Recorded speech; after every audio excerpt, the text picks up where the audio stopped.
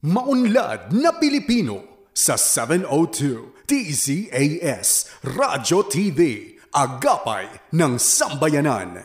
Ako si Arvin J. Manawis, the Chief of Staff of the Office of the Undersecretary for Special Concerns, headed by Yusek Waldo R. Carpio ng Department of Agriculture. Makinig po kayo sa Maunlad na Pilipino radio program ng Department of Agriculture. Dito lamang sa 702 DZAS, suportahan po natin ang mga Pilipinong magsasaka at mangingisda.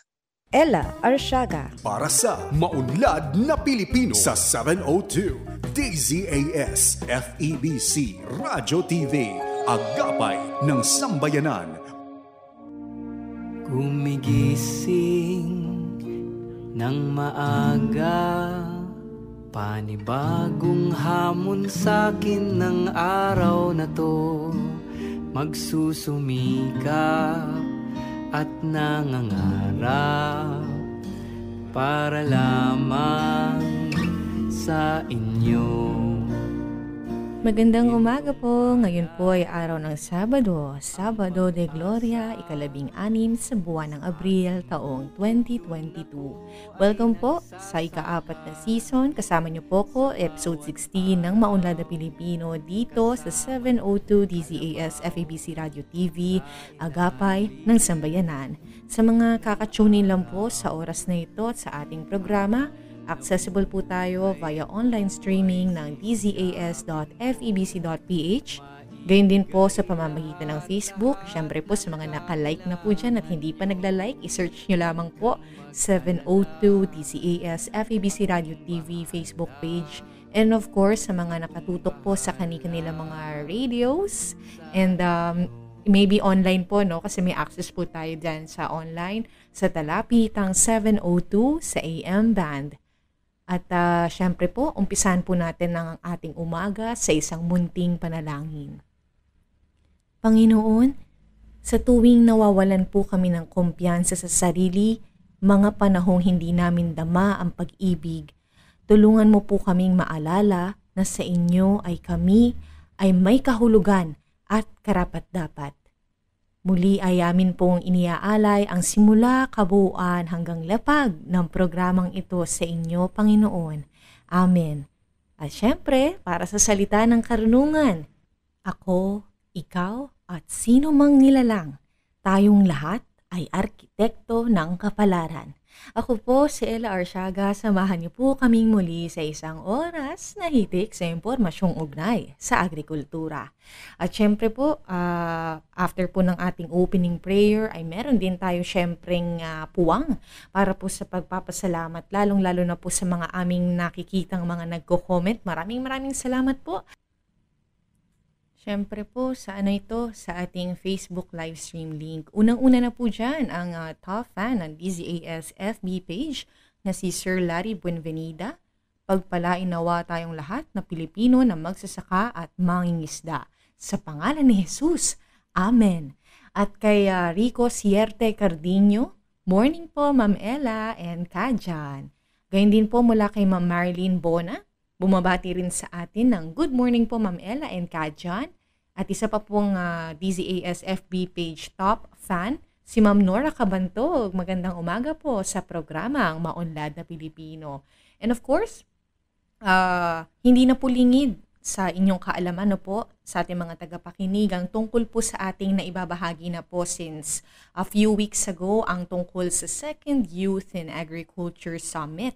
So muli po ang summit na ito ay naglalayong mapalawig at mapalawak ang interes sa mga kabataan sa agrikultura at syempre ang himukin ang mga kabataang ito upang maging katuwang ng ating mga matatanda na po na magsasaka at yakapin ang makabagong ideya at inobasyon sa agrikultura kabilang pong tinatawag na 1DA Reform Agenda, Key Strategies to Transform Philippine Agriculture. At syempre po, layon din ito na pagsamahin ng mga kabataang leader mula sa iba't ibang sektor para sa pagbuo ng network at patuloy na makapagpalitan ng ideya ang ating mga kabataan at maipakita nila ang kanilang mga talento at kakayahan.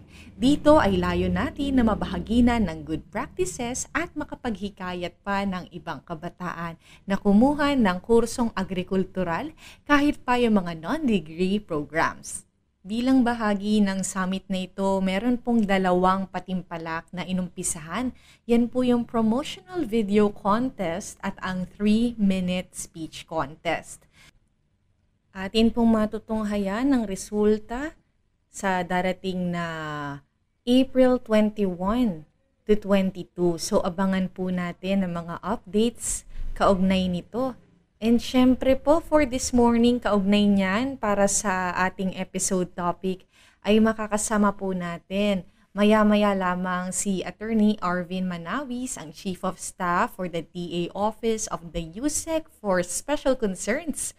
Kay USEC Waldo R. Carpio po yan, para bigyan pa tayo ng mga detalye patungkol sa 2nd taon ng Youth Summit na ito. At syempre, nagpapasalamat po kami kay kasamahang Cristel Joyce Merle, kaugnay po ng panayam na ito. So, abangan po natin yan mamaya ha. Syempre, hindi lamang po ang ating panayam ang bumubuo sa Maunlad na Pilipino, tunghayan din syempre ang iba pang mga bahagi ng ating programa. Kasama po dyan ang editorial ni Ka John Enriquez. Gayun din po ang Regions on the Go, kasama po ang ating mga farmcasters, ang Agri-History at Farmtastic Pinoys, kasama naman si Imari, ang Unlad Komunidad, kasama ang ating DAPRDP at iba pa. Siyempre po, patuloy po tayo. Abril po, taong 2018 ay pinirmahan ng Malacanang ang Presidential Proclamation 469. Ito ang nagtatalaga sa Abril kada taon bilang Filipino Food Month o Buwan ng Kalutong Pilipino. Ito ay isang buwan na selebrasyon upang isulong, ingatan at siguraduhing maitatawid ang malawak na tradisyon ng Pilipinong pagluluto sa mga henerasyon mula noon hanggang ngayon. Ugnay niyan, ating pakinggan ang bahagi ni Ka John Enriquez. Ka John? Isang magandang umaga po sa inyo lahat. Ngayon po ay Sabado, 16 sa buwan Abril taong 2022. Alam niyo po, ang Abril noong 2018 ay naging isang official na pagdiriwang. Dahil ito po ay pinirmahan ng Malacanang ang Presidential Decree o Presidential Proclamation No. 469. Ito po ang nagtatalaga sa Abril kada taon bilang Filipino Food Month o Buwan ng Kalutong Pilipino. Ito ay isang buwan ng selebrasyon upang isulong, ingatan at siguraduhin maitatawid ang malawak na tradisyon ng Pilipinong pagluluto sa mga henerasyon mula noon hanggang ngayon. Kung ba isipin po natin yung mga henerasyon noon, ano po ang mga pagkain na ituro sa atin hanggang ngayon at patuloy na kinakain pati yung ating mga anak at mga apo. O isa na po, adobo, paksiw, ginataan, sinaing na isda, sinigang na baboy, tinola, tinolang manok. O ilan lang po yan na talagang masasabing lutong Pilipino. Ang tema po nitong taon ay Pagkain Pilipino, Susi sa Pag-unlad at Pagbabago. Dinaluhan ni Agriculture Secretary William Dar at ang 1DA family ang ginanap na pagbubukas ng Filipino Food Month noong 2022, noong April 4, po. At sa naging mensahe po ni Secretary Dar, sinabi niya na ang taong ito, sa Filipino Food Month, ang temang Pagkain Pilipino, Susi sa Pag-unlad at Pagbabago, ay isa rin sa mga misyon ng Department of Agriculture para matulungan ang ating mga local producers, lalong-lalo yung mga maliliit na stakeholders para sa food production. Yun po, panag-usap natin food production. Dito naman, yung pong lutong pagkain. Ang mga buhay na buhay at makukulay na gawain na nakapulot dito ay pinangungunahan ang kagawaran ng pagsasaka, kagawaran ng turismo o yung pong Department of Tourism, National Commission for Culture and the Arts at ng Philippine Culinary Heritage Movement. Sa bahagi po ng DA, ito rin ay naging upang bigyang suporta ang mga magsasaka at mga isda na maging sa lahat ng mga kabahagi ng mga agricultural at aquacultural communities. Ulitin ko po, minsan si Saludar na pinapaabot niya ang suporta sa programa ito, yung taon ng Filipino Food Month Celebration. At binigyan niya ng diin na ito ay nakalinya rin sa misyon ng Department of Agriculture. Yun po ang pinakalayunin, suportahan ang local food producers, lalo na sa bahagi ng livelihood at marketing kits. Kung ano po yun? Sa livelihood, natural po pagka nagkaroon po ng mga ani, tinutulungan po ng Department of Agriculture ito ay maibenta. Tinutulungan sila ng mga iba-ibang teknolohiya para maging maganda ang kanilang ani. At bukod yun, yung pagmamarket, dito po pumapasok itong AMAS, yung Agribusiness Marketing Assistance Service. Dahil alam niyo po, may mga nakalulungkot ang mga pangyayari kung saan ang mga malalaking ani po ng mga kababayan natin ay mababa ang presyo, sila ipalugi po at sa halip ibenta nila o pamigay, ikanila pong tinatapon. Ang sa maipapayo natin dito, paulit-ulit po, tignan niyo po ang market bago kayo magtanim. Kung panahon po halimbawa na ampalaya ngayon dun sa lugar nyo, huwag nyo na sabayan, iba po itanim nyo. Dahil pasigurado po yung bababa ang presyo. At kung halimbawa meron kayong pagkakataon na magkaroon ng marketing kits, ibig sabihin maaari kayong matulungan na AMAS dito at magkaroon dito ng tinatawag na contract growing scheme. Ayan po. Ngayon, kasama rin dito yung pagpapromote ng ating culinary heritage para magkaroon po ng demand para sa mga Philippine agricultural produce. Maring dito sa local natin, mapalawak pa yung ating merkado as international market. Alam niyo po, meron tayong mga kababayan sa ibang bansa na ninirahan. Meron tayong tinatawag na Filipino community. At dito po, hindi mawawala na magkaroon ng kamukha ng isang naging kaklasiko. Nasa New York ngayon. Nag-traditional restaurant. Pero Filipino restaurant. At ito ay nag-cater. Ang kumakain dito, hindi lang Pilipino. Pagkat ang mga luto niya, mga lutong Pilipino, marami po mga taga Estados Unidos mismo sa New York, mga New Yorkers ang kumakain dyan at nagugustuhan daw ang mga luto nila. O dito rin sinabi, ito po ay panahon para sa ating pamahalaan na itong katayuan natin, itong crisis, ay gawin natin pagkakataon, isang opportunity para masabing yung ating pananalipi ay magamit natin para sa pagsasaka upang tayo makaabot, yung mapataas pa natin ating produksyon sa ating bansa. Ang sasabihin ng budget ay kinakailangan mapataas, yung pondo para sa gawain sa pagsasaka. Kung nanaisin natin na maabot ang tinatawag na kasapatan at kaisahan dito po sa produksyon. Alam niyo po, nagkaroon din ng panayam dito si Tourism Secretary Bernard Romulo Puyat. At dito po ay nabigyan po ang kahalagahan ng tinatawag na culinary tourism. Yun po, magandang pakinggan, culinary tourism. Dahil po, ang ibig sabihin niyan, yung mga pagkain natin na pag meron tayong mga panahon sa ibang bansa, sila po ay pumupunta sa atin at pinatitigim natin yung ating mga pagkain. At marami po ang naaakit, nasasarapan at bumabalik-balik para masikman itong mga pagkain na yan. O, yan po ang ating report kaugnay ang pinasinayang pasinayang buwan ng kalutong Pilipino ay yung buwan ng Abril. O ngayon sa bahaging po ito naman ay narito ang ating mga kasamahang farmcasters para sa Regions on the Go. Mel Francisco, nag-uulat mula sa Department of Agriculture, Mimaropa. Kumikita na ang mga katutubong benepisyaryo ng Adaptation and Mitigation Initiatives in Agriculture o AMIA project ng kagawaran ng pagsasaka sa Oriental Mindoro. Taong 2020 na magsimula ang proyekto sa pagtatayo ng AMIA Village sa bayan ng Bulalakaw na binubuo ng 100 mga katutubong magsasaka na kasapi ng San Juan San Roque Livelihood Farmers Association. Layunin ng AMIA project na tulungan ng sektor ng agrikultura at pangisdaan sa bansa na magkaroon ng mga kabuhayan at komunidad na matatag sa klima gamit ang climate resilient agri-fisheries approach na nakatuon sa paghaharap at pamamahala ng iba't ibang climate risks kasabay ng pagsusulong ng sustainable livelihood. Kabilang sa mga interbensyong ibinaba sa SJSR-LFA ang mga pagsasanay sa native animal production, vegetable production at sloping land agricultural technology, kasunod ang pamamahagi ng iba't ibang inputs gaya ng pananim,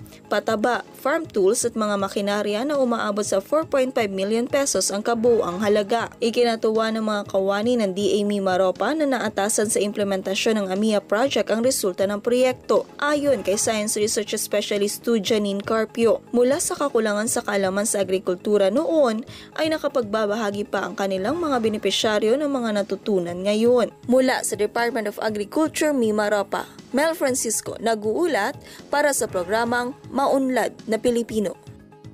Mga rice technicians ng Central Visayas ay sumailalim ng pagsasanay kamakailan sa modern precision farming gamit ang Rice Crop Manager Advisory Service or RCMAS. Ang 2 araw na oryentasyon na ginanap sa lalawigan ng Siquijor ay nagtuturo paano mag-navigate sa app. Ayon kay Elizabeth May Namang, ang RCM ay isang tool na tumutulong sa mga magsasaka sa pamamagitan ng pagre-rekomenda ng naaangkop na sapat na nutrisyon, pati na rin ang iba pang pamamahala sa kultura base sa lokasyon. Dagdag pa ni Maria Chona Maleza, Rice Focal, malaki ang pakinabang na ito sa mga rice technicians dahil maaari na nilang matugunan ang mga pangangailangan sa rice-based farming sa rehiyon gamit ang impormasyon tulad ng profile ng mga magsasaka, lugar ng sakahan, at iba pang ginagamit na mapa-upload sa isang app. Ang pagbuo ng app ay ginawa sa pakikipagtulungan ng Department of Agriculture Information Communication Technology, PhilRice, Agricultural Training Institute, at International Rice Research Institute. Kasalukuyan, ang DA ay nag-host ng RCM website. Ito ay mahalagang bahagi ng programa tungo sa pagkamit ng layunin ng departamento na masaganang ani at mataas na kita. Ito si Ana Barimbaw, Central Visayas Patroller. Pinasinayaan ni DA Undersecretary for Regulations and Infrastructure Samsamin L. Ampatuan ang selebrasyon ng High Value Crops Week 2022 dito sa rehiyon ng Caraga. Sa programang isinasagawa sa DA Caraga Regional Office sa Butuan City, pinangunahan ni Yusek Ampatuan ang maikling programa para sa naturang selebrasyon. Anya, mahalagang papel na ginampanan ng High Value Crops farmers para sa masiglang agrikultura sa bansa na kung saan bida ang kanilang mga produkto sa maraming industriya gaya ng pagniniyog, kakao, kape at mga prutas. Inakayat rin ni Ampatuan ang DA Caraga sa pangunguna ni Regional Executive Director Engineer Ricardo M. Oniati Jr. na ipagpatuloy ang mga programa para sa ikaunlad ng high value crops dito sa rehiyon ng Caraga. Sa kanilang testimonya, pinasalamatan ni Teodoro Pasquito, Vice Chair ng Kasiklan on Wheels Farmers Association ng Bayan ng Las Nieves, Agusan del Norte, at Restituto Asubi, Chairperson ng Tagibo Coconut and Cacao Growers Association ng Butuan City, ang malaking tulong na naibigay ng programa ng DA sa kanilang kabuhayan at asosasyon. Ang selebrasyon ng High Value Crops Week noong Abril 11 hanggang 13 taong kasalukuyan dito sa Caraga Region ay dinaan sa product appreciation na kung saan ang mga kawani nito ay nagkaroon ng pagkakataon na matikman ang mga produktong mula sa kakao at kape at sa isinasagawang kadiwa na kung saan nabibili ang mga mura at preskong mga produkto ng mga magsasaka. Ito si Aurel Arais ng Department of Agriculture, Caraga Region, nag-uulat. O yan po ang ating hatid na Regions on the Go para sa linggong ito. John Enriquez para sa Maunlad na Pilipino sa 702 DZAS Radyo TV, Agapay ng Sambayanan. Teka lamang po, magbabalik pa po ang MNP makalipas ang ilang sandali. Markahan na ang inyong mga kalendaryo at maging updated sa agriculture-related happenings dito sa Agri-History. Magandang umaga. Ito ang Maunlad na Pilipino sa 702 DZAS, Agapay ng Sambayanan. Ako si Imari para sa ating segment na Agri-History.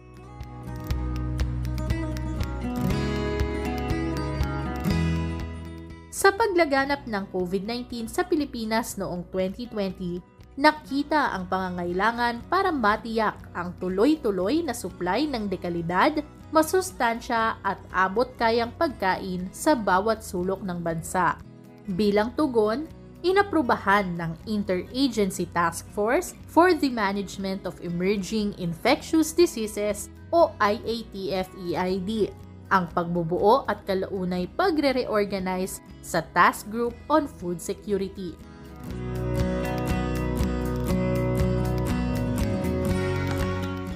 Unang nabuo ang Sub-Task Group on Food Security sa bisa ng Resolution No. 22 noong April 8, 2020. Isinailalim ang nasabing Sub-Task Group sa Technical Group of Resource and Logistics Management ng National Task Force na pinamumunuan ng Department of Agriculture.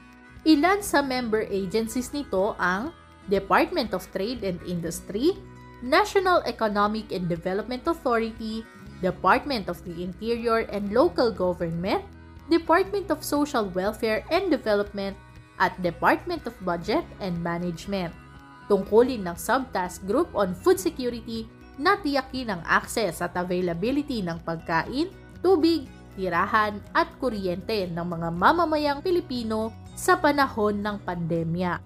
Ito rin ang naghahatid ng updates patungkol sa food production at manufacturing sa iba pang task groups ng National Task Force.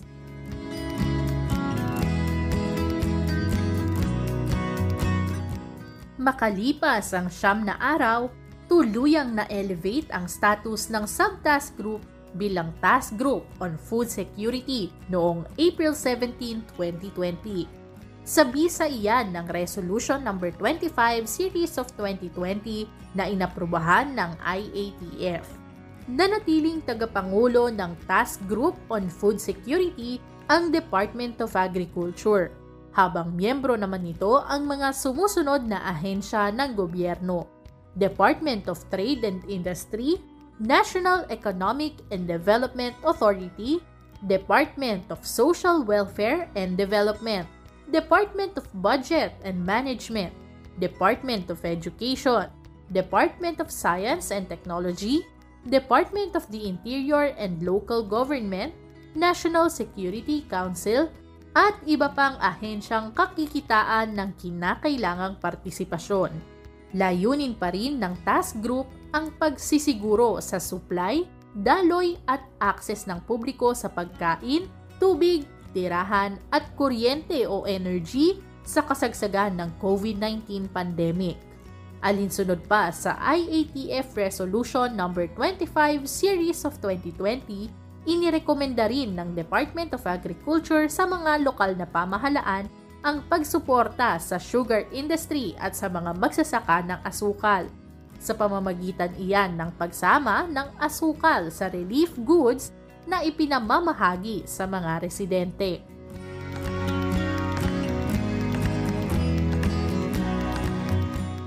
Yan ang pabaon naming kaalaman para sa inyong lahat na nakikinig sa amin sa Agri-History at sa Maunlad na Pilipino.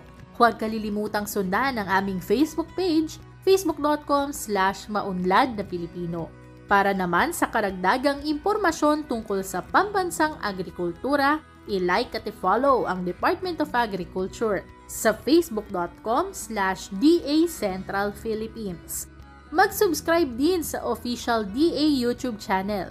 I-search lang ang Department of Agriculture-Ani at Kita channel upang mapanood ang iba pang online releases. Magsama-sama tayong muli sa susunod na Sabado. Ako si Imari para sa Agri-History. Muli, para sa linggong ito, ating natunghayan ng Agri-History. Kayo po'y nakatutok pa din dito sa Maunlad na Pilipino. Ella Arsiaga. Para sa Maunlad na Pilipino sa 702 DZAS FEBC Radyo TV, Agapay ng Sambayanan. At makakasama natin ngayong umaga dito sa Maunlad na Pilipino, si Attorney Arvin Manawis, Chief of Staff po mula sa DA Office of the Undersecretary for Special Concerns, sa opisina po ni Yusek Waldo Carpio. Welcome po, Attorney Manawis, sa Maunlad na Pilipino. Kamusta po kayo? Okay ma'am, magandang umaga po sa ating lahat. It's very good day for us. Okay naman po tayo. Yun. And in behalf of the Yusek Waldo, magandang umaga po ma'am. Yes, sir. Thank you so much po sa pagpapaunlak sa program. And of course, para po sa ating mga listeners, nandito po tayo kasama ni Attorney Arvin para i-discuss or pag-usapan ang nalalapit na ikalawang Youth in Agriculture Summit. So unang-una po dyan, attorney, ano po ba itong ating tinatawag na internally we call it IAS, ano po? Kailan po ba gaganapin yung second Youth in Agriculture Summit for this year? Yeah, actually this YAS Summit or Youth in Agriculture Summit will magaganap po to sa April 20 and 21. Bale, that would be Thursday and Friday po. This is a 2-day event. And ang layunin po ng programa natin itong event na to, is to showcase lahat ng mga programa ngayon ng DA in connection with agriculture po. And this is to inspire yung mga kabataan to engage further sa pagsasaka.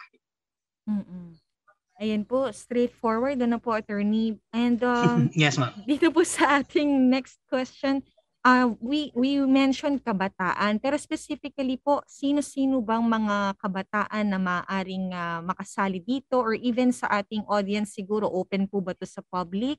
Pag po, let's say, syempre hybrid na po halos karamihan ng mga events natin, no? May online components siguro to, sir. Sino-sino ba yung mga expected natin na attendees for YAS? Yeah, actually while sinasabi naman natin dito na Youth and Agriculture Summit, it cannot be denied na ang priority natin dito is mga kabataan.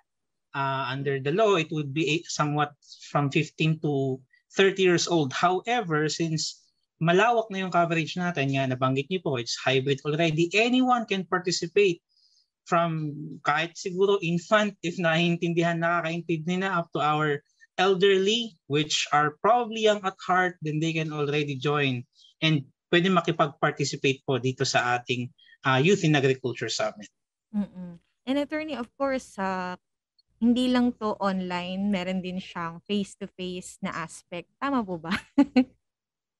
Yeah, actually, in-employ natin dito yung hybrid kasi we are still on a pandemic. Although medyo mababa na yung cases natin, but we have to take precautions. We applied hybrid system in this program na meron tayong face-to-face and at the same time online. So we will be employing yung WebEx application, and then aside from that, we will be also uploading. Magkakaroon tayo ng Facebook Live.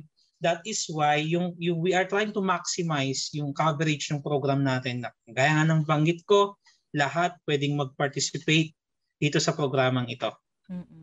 And to participate po ba, for both the attendees from, let's say, the face-to-face and online, paano po sila pwedeng makipag-ugnayan in case gusto po nilang umattend? How can they participate or register? Okay. As far as yung online participation natin is concerned, ma'am, for those hindi makakapag-register or for whatever reason naman, pwede po naman natin mag-participate through Facebook. The link or yung broadcast natin would be uploaded dun sa Facebook page ng ating kagawaran. Dun sa Facebook page ng Department of Agriculture. And attorney, until the day itself po ba, welcome pa rin po yung mga humahabol or mga gustong mag-participate sa mismong day? Of course. Yes, kahit sa mismong day. Upon opening upon upload of the link for registration, it would be open until the day itself. And of course, ito na nga po yung ating ikalawa, no po, attorney. Ano po ba yung pinagkaiba nito na second YAS mula doon sa nauna natin last year?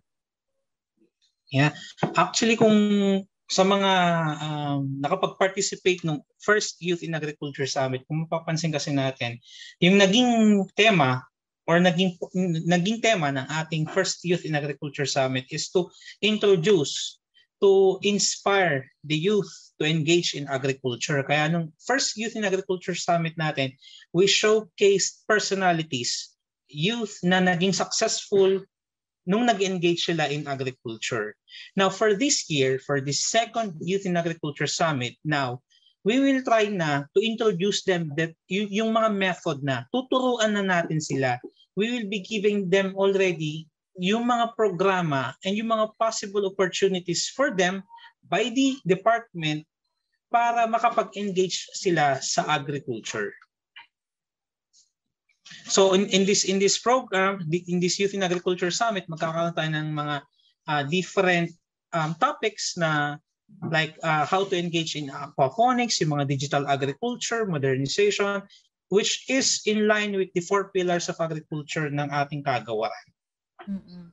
Ayun nga sir, so in relation pa rin po talaga sa mga pressing na concerns, nabanggit po ninyo dito sa ating kagawaran, no po, yung mga ilan sa aabangan ng ating participants, mga youth, and of course mga iba pang stakeholders na maaaring makasagap ng event online na pwedeng humabol pa pala on the day itself. Meron po ba tayong mga specific personalities na aasahan para po lalo makapag-entice na ating mga kabataan sa ating event?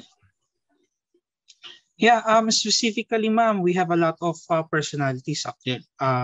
Very popular personalities that will be gracing the event. We have our senators, Cynthia Villar, who heads now or the chairperson of the Committee on Agriculture sa Senado natin. We have also Senator Angara, Sani Angara, who is also the chairperson of the Committee on Youth, and Senator Amy Marcos, who is also the vice chairperson ng Committee on Youth ng ating Senado.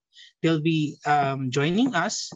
And then aside from that, we have in connection with our programs dun sa 1DA reform agenda to discuss it, we have our USEC for Operations and Agri-Fisheries Mechanization, si USEC Kayanan, si USEC Ariel Kayanan, and then Mr. Rodolfo Estigoy, Senior Technical Advisor for Strategic Communication. Tapos we have a lot of experts in certain aspects na ng ating agrikultura. Now, for digital agriculture, we have Professor Concepcion Can. For modernization of rice production, we have Engineer Romeo Vasquez. To discuss aquaponics, we have Dr. Chito Sache. He's one of the consultants ng ating Agriculture Training Institute. And to discuss leading Finnish aquaculture technologies in the Philippines, we have Mr. Daniel Cabrera, the National Sales Manager ng Sante Feeds Corporation. To discuss modernization, we have Mr. Kenneth Joshua Nakpil. And also to discuss modernization on rice production, we have Dr. Junicio Alvinia, the Program Director of the Philippine Integrated Rice Program. Okay. And then we have also Dr. Christopher Pascual, the project leader of Indoor Vertical Farming System ng Agriculture Professionalization and Career Advocacy. Magdi-discuss din po sa atin yung executive director ng ating Agricultural Credit Policy Council, si Director Jocelyn Badiola, and also our executive director ng PICAF, Philippine Council for Agriculture and Fisheries, Dr. Elizabeth Tad, and the assistant director of the Bureau of Agriculture and Fisheries Engineering, Engineer Jane Tapel. And then we have also the Socioeconomics Division and Supervising Science Research Specialist ng Philippine Rice Research Institute, Dr. Jaime Manalo, and the OIC Section Chief of Youth in Agriculture and RBO Section and Agriculturist 2 ng ATI, we have Giovanni de la Cuadra. So yun ma'am. And aside from them, we will be also inviting our winners from last year's Young Farmers Challenge, our Maya interns, and then yung mga kaya nung beneficiaries natin. So we will be showcasing them during the event kasi ito yung mga nakikita natin na success stories that can inspire the youth to engage more in agriculture. Ayan. For the benefit ng ating mga listeners, yung nabanggit po ni Attorney Nakaya dun sa ating isa sa mga programs po, loan programs na ino-offer ng ating DA Agricultural Credit Policy Council ay yung Capital Access for Young Agripreneurs. Tama po ba, Attorney? Yun ang alala kong... Yes, ma'am. Ayan. So ating sa ating exactly. pagpapatuloy po ng ating discussion, nakakatuwa no po kasi all these personalities are joining in to share what they know within the field dun sa ating mga makabagong henerasyon nga po ng mga youth in agriculture, and also to be joined by those na nanalo din pala last year to give or parang give flesh, bigyan laman yung mga success stories natin, picking up from the first Youth in Agriculture Summit. So ano po ba yung ating mga expected outcomes, specific po nating mga nais makamit na resulta po ng summit na ito? Okay. Well, generally ma'am, ang objective kasi natin dito, last year we have presented a data in which, sabi natin last year, the average age kasi ng ating mga farmers now is at 57 years old. However, on a more recent study conducted by UP Diliman, nasa 53 years old na siya. Now, it is yung age ng farmers kasi na, yung average age ng ating farmers, medyo syempre kailangan nating, medyo tumatanda na sila. Supposed to be 57 years old, that should be age for retirement na. However, some of our farmers are still engaging in agriculture. Now, we have to engage also the youth. Pababain natin to. Kasi habang tumatanda kasi yung mga farmers natin, hindi natin ini-engage yung kabataan, hindi natin sila ini-inspire to take part in agriculture. We all know that the backbone of our economy is with agriculture. So it would be a very big problem for us later on, especially in the near future, kung mapapabayaan natin na yung mga magsasaka natin is tuluyan ng mawala. Siyempre, unti-unti yan. If I'm not mistaken, there was this report in the next 12 years, we are already at the critical risk kung hindi maagapan yung pagtanda ng ating farmer population. So, with this program, with this Youth in Agriculture Summit, we are seeking to pababain pa yung average age ng ating farmers by inspiring the youth to engage more. And also, we are trying to shift this yung perspective na dati-dati kasi sabi ng, well, karamihan sa atin sabi dati-dati sinasabi is walang pera sa agrikultura.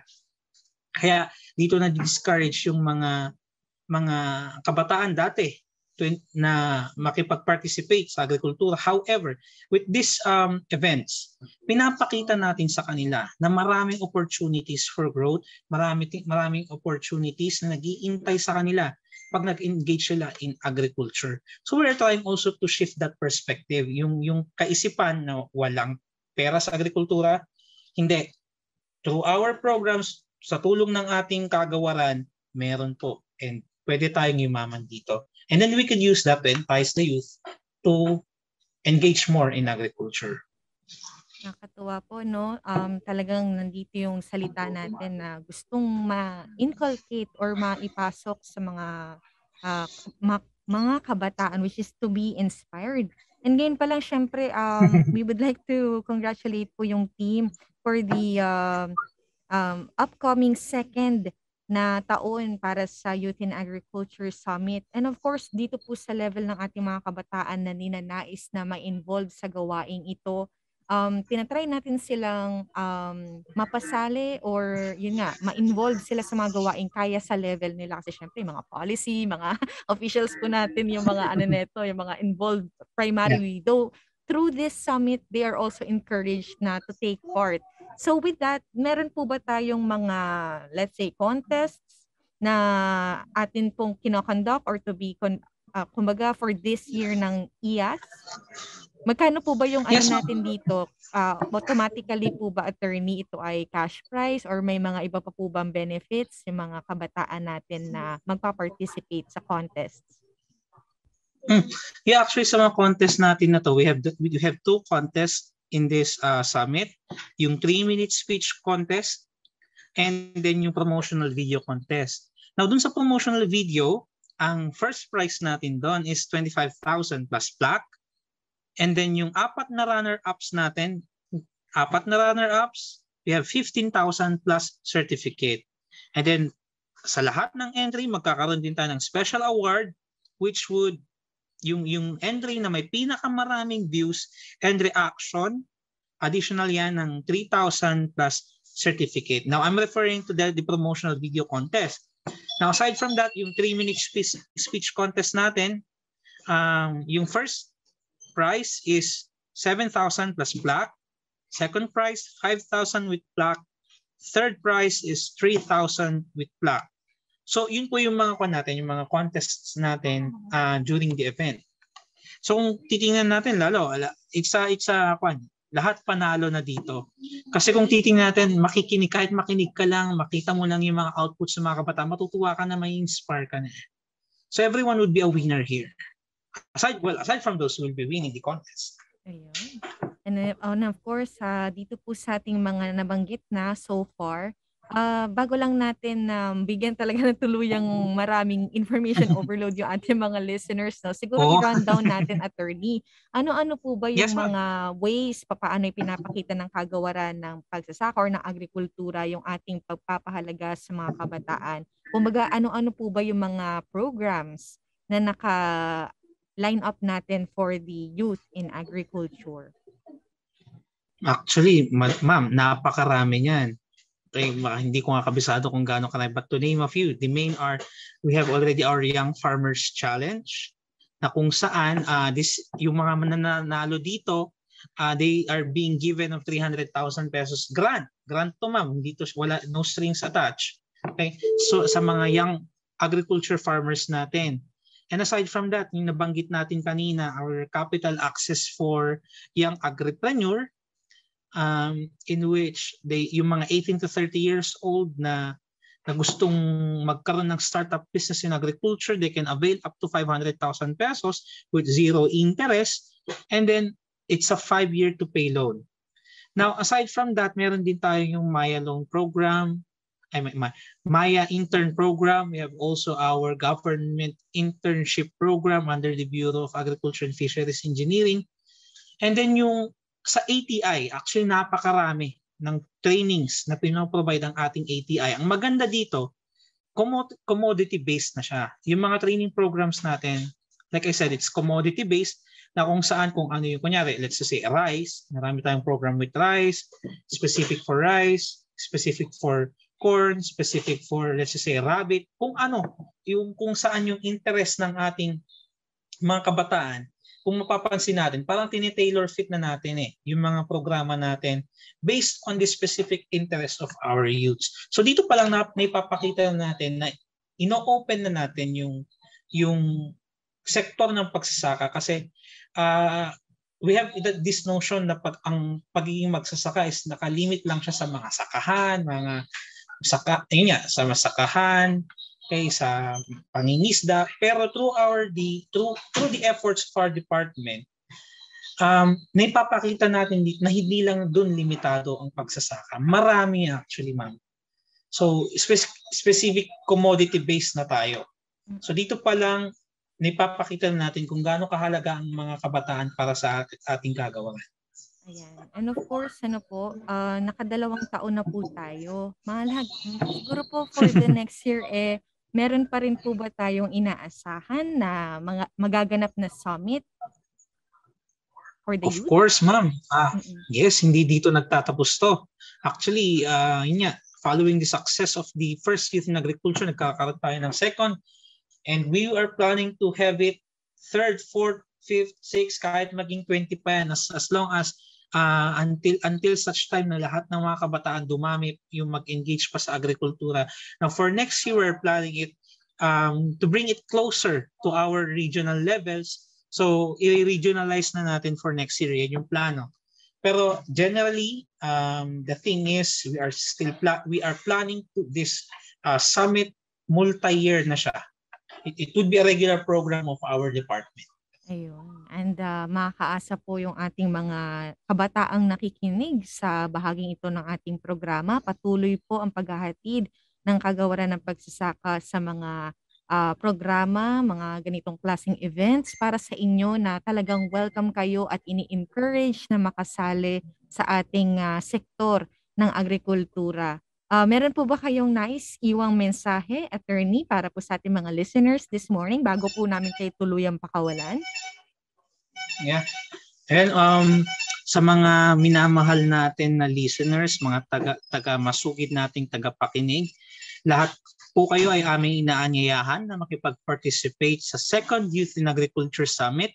Ito po ay gaganapin sa April 21 and 22, Huwebes at saka Biyernes. Yung pong link ng registration po natin, it will be uploaded sa ating Facebook page ng ating kagawaran. And then yung broadcast the event itself would be broadcast po dun sa Facebook page po natin.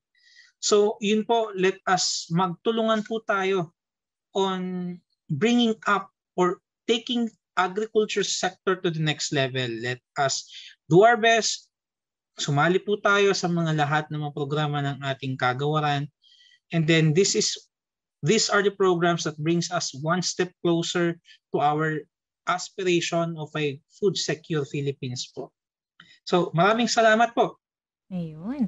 At atin pong nakasama ang Chief of Staff for the DA Office of the Undersecretary for Special Concerns kay Yusek Waldo R. Carpio po. Walang iba kundi si Attorney Arvin Manawis. Maraming salamat po ulit, sir, sa inyong pagsama sa amin ngayong umaga para po sa ating usapin sa Second Youth in Agriculture Summit.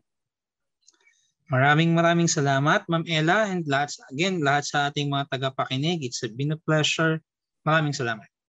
At narito po ang Unlad Komunidad katuwang ang Philippine Rural Development Project. Narito po si JV Melendez, Media Production Officer mula po sa PRDP PSO South Luzon. Ngayong umaga, dito sa Unlad Komunidad, pakinggan natin ang testimonya ni Vivian Larzaga ukol sa proyekto ng Department of Agriculture Philippine Rural Development Project o DAPRDP sa Puerto Princesa City, Palawan. Ang Philippine Rural Development Project na naglalayong maitaas ang ani at kita ng ating mga magsasaka at mangingisda ay isinusulong sa ilalim ng Kagawaran ng Pagsasaka. Noong 2020, nabuksan na sa publiko ang construction of Marayugon to Buena Vista Farm to Market Road o FMR sa Puerto Princesa City. Ang proyektong ito ay naglalayon na maisaayos at makongkreto ang daan sa Barangay Marayugon hanggang Barangay Buena Vista upang magbigay ng bagong oportunidad sa mga magsasaka. May haba ito na 6.5 kilometers at nagkakahalagang 118 million pesos. Tinatayang 1,305 na kabahayan ang makikinabang sa nasabing FMR. Ayon kay Vivian Larzaga, malaking tulong ang FMR sa pagpapaunlad sa kanilang buhay. Noong una, wala pa po yung kalsada na ito. Kami po naglalakad lamang papuntang bundok. Tapos pag uwi namin, may dala po kami na yung produkto namin, kalamansi. Tinutuwang lang po yan ng asawa ko. Pati na rin ako, minsan pinapatong ko lang sa ulo para makatulong din sa pagdala. Kahit ilang piraso lang. Minsan yung kamuti hindi makababa. Kinakain na lang ng baboy damo. Kasi mabigat. Minsan kinakarga na lang sa kalabaw na may paragos. Ganun po noon. Pag nagkakaingin kami, noon pinapasan lang ng asawa ko. Tag isang sakong palay hanggang dito sa baba. Balik na naman sa hapon. Kinaumagahan, baba na naman sa umaga para maghatid ng palay, ng patibas sa kaingin ba.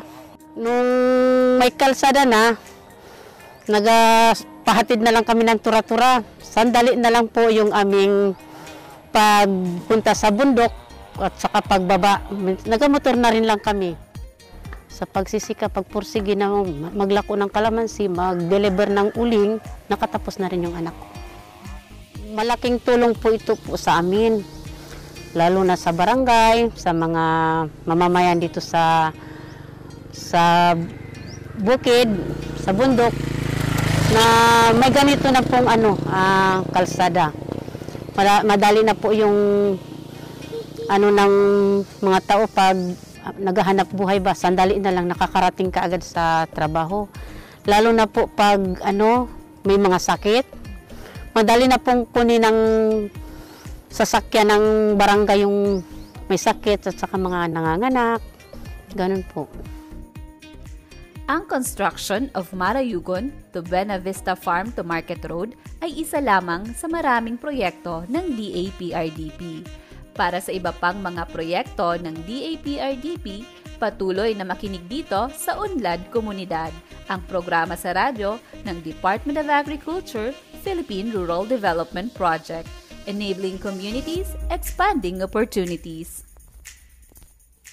Maraming salamat uli, Sir JV Meliendez, Media Production Officer ng PRDP PSO South Luzon.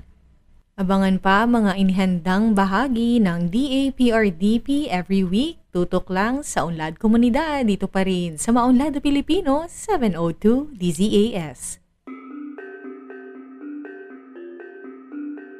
Kilalanin ang mga natatanging Pinoy na may natatanging kontribusyon sa sektor ng agrikultura. Farmtastic Pinoys! Naka-tune in pa rin kayo sa 702 DZAS, Agapay ng Sambayanan. Ito ang Maunlad na Pilipino, programang pangradyong hatid ng Philippine Department of Agriculture. Ako si Imari, ang makakasama ninyo sa ating segment na Farmtastic Pinoys. Bibida sa ating segment ngayong umaga ang 2 kabataang agripreneurs mula Calabarzon na sumabak sa livestock at poultry production at pinalad pang makapag-uwi ng parangal mula sa ating kagawaran ng pagsasaka. Pakinggan natin ang kwento nina Lawrence Joseph Velasco at Eliza Reyes.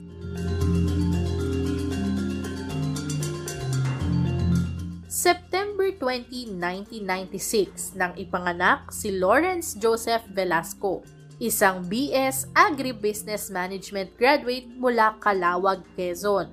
Kanya namang katuwang sa buhay at sa pagdinegosyo si Eliza Reyes na ipinanganak noong February 4, 1997 at nagtapos ng kursong BS Business Administration. Abala sina Joseph at Eliza sa Rancho Velasco na itinatag noong 2018 at matatagpuan sa Purok 3, Barangay Bagong Silang, Calawag, Quezon Province. Si Lawrence Joseph ang nakatoka sa pamamahala ng farm at sa paggawa ng kanilang processed products. Samantala, si Eliza naman ang taga-isip at tagagawa ng marketing strategies at record keeping ng farm. Ang Rancho Velasco ay isang livestock at poultry farm na may 20 baka at kalabaw.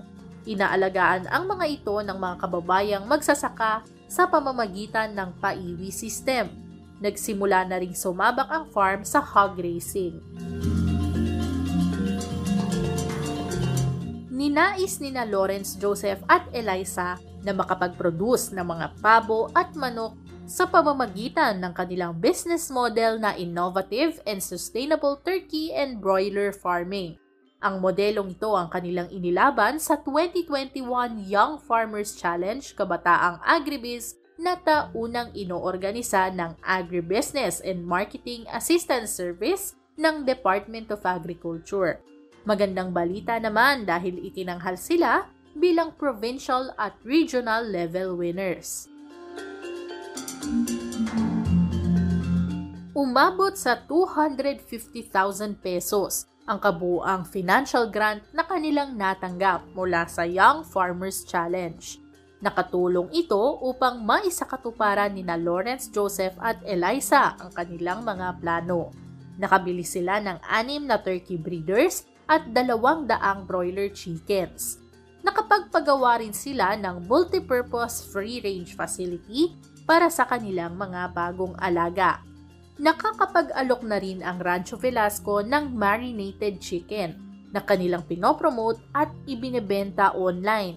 Nakabuo na rin ito ng kasunduan sa isang tindahan sa Calawag Public Market na bibili ng kanilang 200 dressed chickens at mga laman loob nito. Matagumpay rin nilang nabebenta ang kanilang mga pabo at fertilized poultry eggs. Sa tulong ng lokal na pamahalaan ng Calawag, nakapagdaos ng seminar sina Lawrence Joseph at Eliza patungkol sa turkey farming. Dinaluhan ito ng kanilang mga kabarong magsasaka na nais ding sumabak sa turkey production at marketing. Nagbabalak naman ang dalawa nating agripreneur na magpagawa ng isang processing facility para sa kanilang marinated chicken at roasted turkey overload.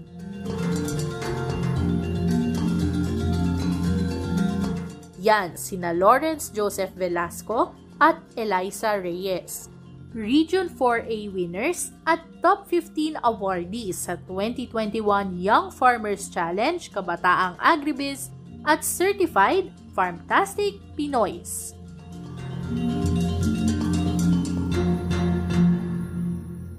At ayan po ang Farmtastic Pinoys para sa araw na ito. Maraming salamat, Imari.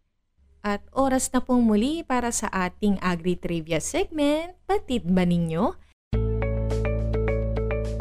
At ating tampok para sa umagang ito ang Computer Vision System.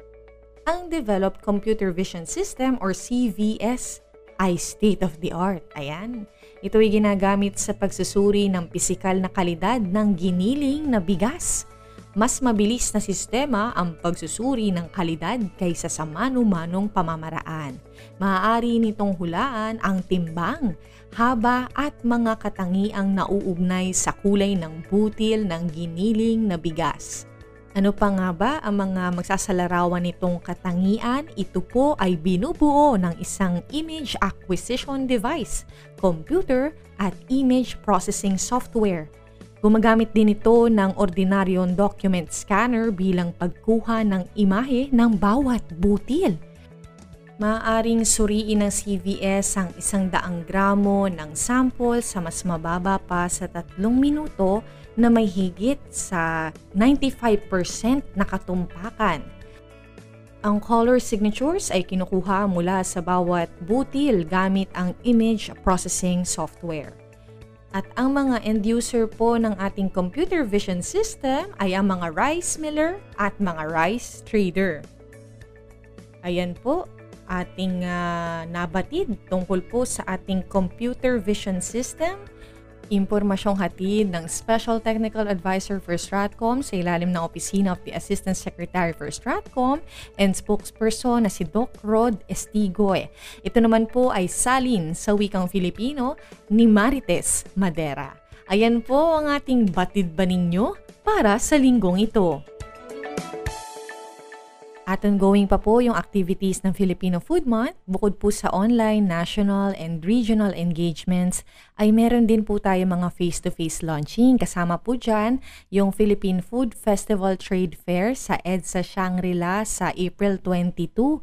Ayan po ay nababanggit dahil mag-host din po ako ng event na ito. Maraming salamat po sa DA Agribusiness and Marketing Assistant Service sa paanyaya po sa aming opisina. Siyempre po, kami walang hanggan ng pasasalamat na magkaroon muli ng oportunidad na kayo'y aming mapaglingkuran. Ang MNP po ay isang programang pangradyo hatid sa inyo ng Department of Agriculture and Fisheries Information Division. At narito po ating pagkakaisipan para sumagot mula sa Galatia, Kabanata 6, Talata 7. Huwag niyo akalaing madadaya ninyo ang Diyos. Kung ano ang itinanim ng tao, yun din ang kanyang aanihin. Mula po sa Department of Agriculture, inyo pong napakinggan ng edisyong ito ng Maunlad na Pilipino dito sa 702 DZAS FEBC Radio TV, Agapay ng Sambayanan, na may himpilan sa Ortigas Center, Pasig City. Kasapi sa KBP, kapisanan ng mga broadcaster ng Pilipinas. Nagpapasalamat po kami sa aming DZAS family na katuwang namin in this week's episode. And sa inyo pong mga tagapakinig, maraming salamat po muli sa pagsama sa amin ngayong umaga. Magbabalik po ang MNP sa susunod na Sabado, 5 to 6 in the morning. Kasama po si Ka John Enriquez, ako po si LR Siaga. Hanggang sa muli po, tayo po ay magbulay-bulay, magnilay-nilay. Enjoy the rest of the weekend. Akong bahala, akong bahala sa inyo. Maunlad na Pilipino sa 702 DZAS Radyo TV, Agapay ng Sambayanan. Sambayanan. Sambayanan. Sambayanan. Sambayanan. Sambayanan. Sambayanan.